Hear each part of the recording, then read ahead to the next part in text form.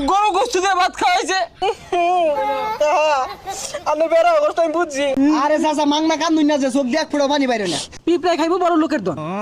হ্যাঁ দন কে মেলগা থই দেবি বে খাইবো টাঙ্গ মধ্যে থই।